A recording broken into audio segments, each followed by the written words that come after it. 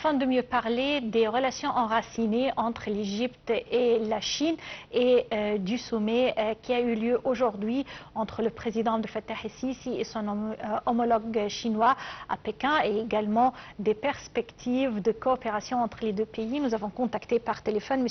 Youssef Abdelkader, journaliste. Bonsoir. Oui, bonsoir madame. Aujourd'hui, au cours de la visite et de l'accueil officiel du président Abdel Fattah el-Sisi à Pékin par son homologue chinois, le Caire et Pékin ont annoncé l'année du partenariat stratégique égypto-chinois qui connaîtra plusieurs événements de coopération diplomatique, économique et culturelle.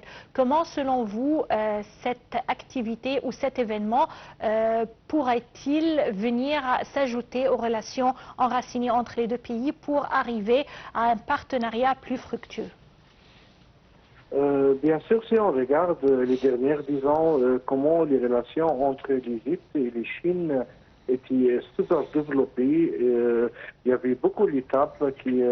les deux États ils sont pris pour être vraiment commencés déjà, et ça fait 10 ans qu'ils ont déjà pris cette décision de voir un partenariat stratégique. Si on voit cette relation, c'est vraiment une relation qui montre que l'Égypte et la Chine, il avait beaucoup de partenariats dans beaucoup de projets, des méga-projets en plus en Égypte. Si on voit jusqu'à maintenant l'investissement de Chine, même en Égypte, il y avait beaucoup de projets. Alors vraiment, l'Égypte et la Chine, les dernières 10 ans, étaient bien équipés pour arriver à cette année pour montrer qu'on a déjà un grand partenariat stratégique entre l'Égypte et la Chine. Également, parmi les volets ou les domaines d'investissement et de coopération les plus importants entre l'Égypte et la Chine, c'est le transfert de la nouvelle technologie, l'implantation de cette nouvelle technologie en Égypte et également l'innovation dans ce domaine. Comment peut-on vraiment profiter de l'avancement de la Chine dans ce domaine pour que l'Égypte puisse être non seulement le centre principal de la nouvelle technologie en Afrique, mais également un marché qui peut être au niveau de la concurrence avec d'autres pays émergents dans ce domaine?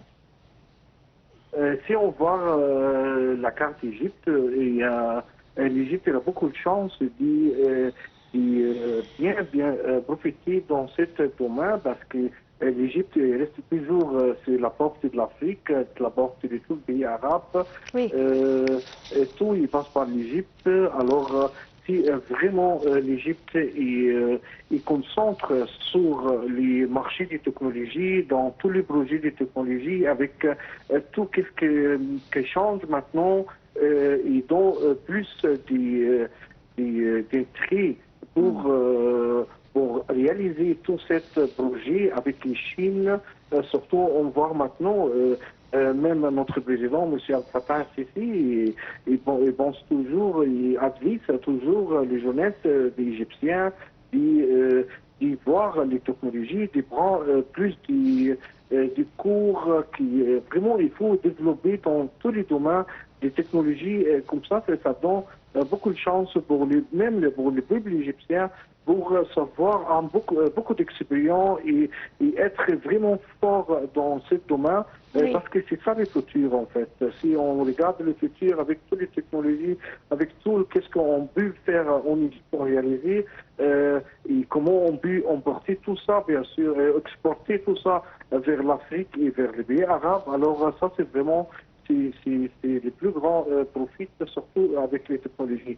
Mais bien sûr, l'Égypte et la Chine, ils sont déjà beaucoup des autres partenariats dans tous les domaines qu'on peut penser, vraiment les planter, des plantations de tous les nouveaux projets, tous les partenariats, c'était bien faire entre l'Égypte et la Chine. Monsieur Youssef Abdelkader, vous êtes journaliste, je vous remercie infiniment pour ces explications et juste une petite pause et on enchaîne avec notre programme pour aujourd'hui.